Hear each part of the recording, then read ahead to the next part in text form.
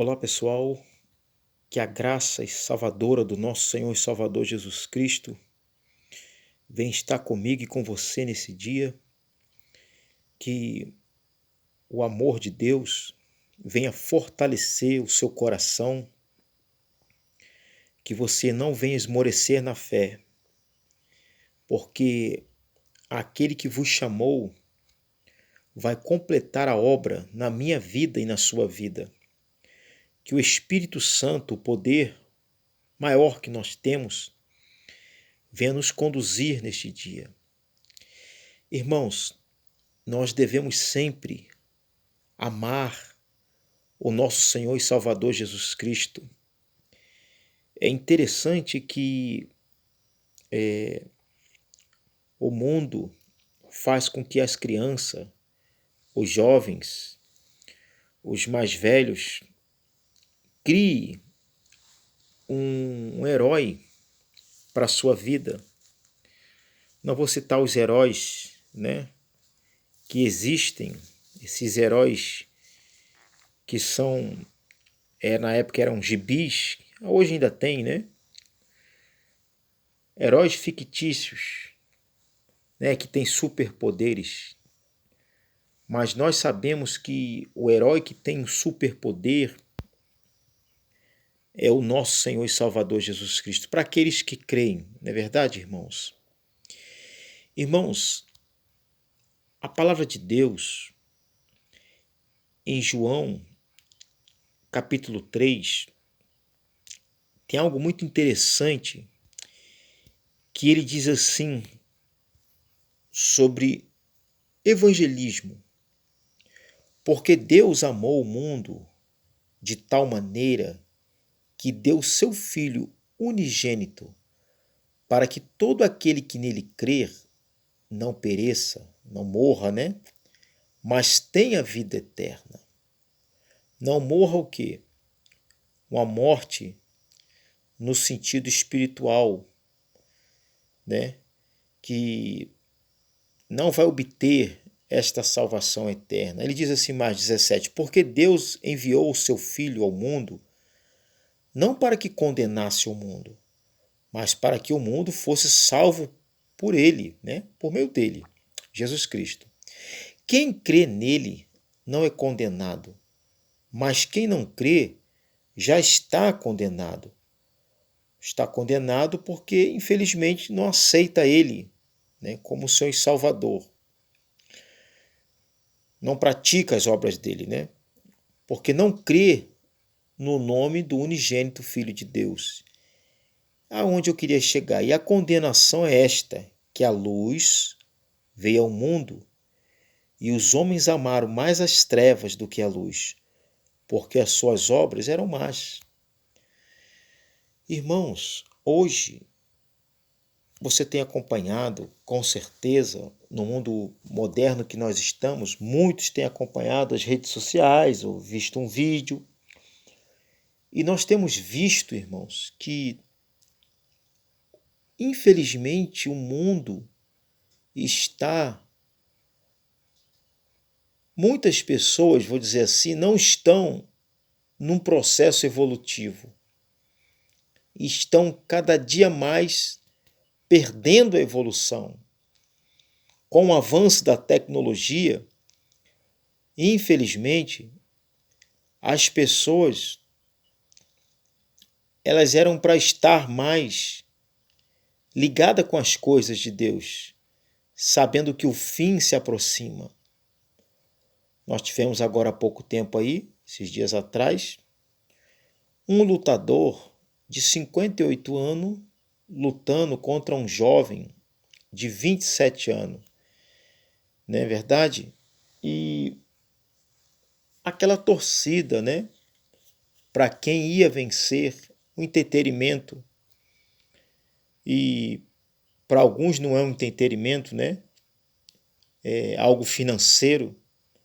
Mas o que eu quero dizer, respeitando isso que eu estou falando, irmãos, é no sentido que, como é que pode, o que venceu, que tinha 27 anos,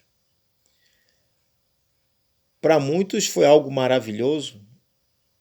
Que mundo é esse que dentro de uma Olimpíada, nada contra ninguém, mas um homem que resolve mudar, né, o seu sexo, lutando com uma mulher de verdade do sexo feminino. E ali ele venceu aquela luta, esse que mudou o seu sexo. Vocês entendem, irmãos? Meu pai dizia que a verdade se tornou a mentira e a mentira se tornou a verdade. Muitas das vezes dentro da casa de Deus, porque a pessoa tem um grande talento, é um grande cantor, uma grande cantora, não é verdade? Mas está vivendo uma vida totalmente errônea, mas ela continua em cima do púlpito, em cima do altar de Deus. Então, as pessoas estão vivendo, nós estamos vivendo num mundo de uma grande mentira. E a palavra de Deus diz que este mundo jaz do maligno. Por isso que aqui a palavra de Deus diz, porque todo aquele que... no versículo 19, e a condenação é esta, que a luz veio ao mundo e os homens amaram mais as trevas do que a luz, porque as suas obras eram más. Será que nós estamos, irmãos, amando mais a luz ou amando mais as trevas? Luz e trevas não combinam. Por isso que o jovem, ele deve fugir dos amigos maus, porque senão ele acaba sendo contaminado. Por isso que o casal deve ter o mesmo espírito, o Espírito de Deus, a palavra de Deus, para que as coisas venham dar certo. O mundo, irmãos, ele é, infelizmente, do maligno, mas hoje as pessoas estão trocando a luz pelas trevas, estão trocando as coisas boas de Deus pelas coisas que não prestam. Nós devemos, amados irmãos, abrir os nossos olhos espirituais, sabendo que nem tudo que passa, por isso que eu falei, né, da tecnologia, né, das ciências, nem tudo que passa ali é a verdade. Nem tudo que aparenta ser é verdade. Nós devemos amar a luz de Cristo. Lâmpada para os meus pés é a tua palavra e luz para o meu caminho. Amém, meus amados irmãos? Deus, Ele quer que eu e você continuamos andando na luz. Tudo hoje, aparentemente, está parecendo normal. Mas não é normal, irmãos. Não pode ser normal. Deus, Ele quer cuidar de mim, cuidar de você. Hoje, infelizmente, estamos vivendo também um evangelho, né, que é um pé na igreja e outro pé no mundo. Luz e trevas andando lado a lado. Isso não condiz com aquilo que Cristo pregou.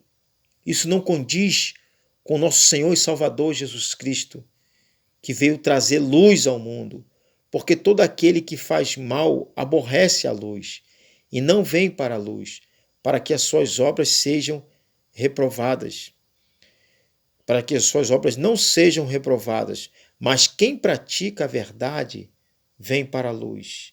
Então, irmãos, quem anda com Cristo, quem anda na verdade de Deus, vai andar na luz, vai ter uma vida na luz. Muitas das vezes vai recuar de empregos, que vai fazer com que, muitas das vezes, aumente o seu ego, que tire a pessoa da presença de Deus. Então, o mundo está sempre tentando tirar o nosso foco da luz. E essa luz é o próprio Cristo. Por isso que João, quando escreve isso, no capítulo 3, ele está falando do próprio Cristo. Ele está falando de Jesus. Jesus, ele é a luz do mundo. E nós não devemos andar segundo este mundo aqui. Ele é a luz do mundo. A luz de Cristo, ela brilha, ela resplandece na escuridão, nas trevas. Então, cada um de nós devemos olhar para nós mesmos e sabermos se nós estamos na luz ou se nós estamos nas trevas. Para andarmos na luz, devemos, irmãos, o tempo todo observar a nossa conduta de vida. Mas quem pratica a verdade, Jesus disse, eu sou o caminho, a verdade e a vida. Ninguém vem ao Pai se não for por mim. Mas quem pratica a verdade vem para a luz, a fim de que as suas obras sejam manifestas, porque são feitas em Deus. Então, todo aquele que busca a luz vai manifestar o poder de Deus. Agora eu vou revelar uma coisa para vocês aqui, muito importante. O ser humano, irmãos, ele só vence as batalhas espirituais deste mundo, as lutas, guerras deste mundo, quando se concentra toda a sua energia em Deus.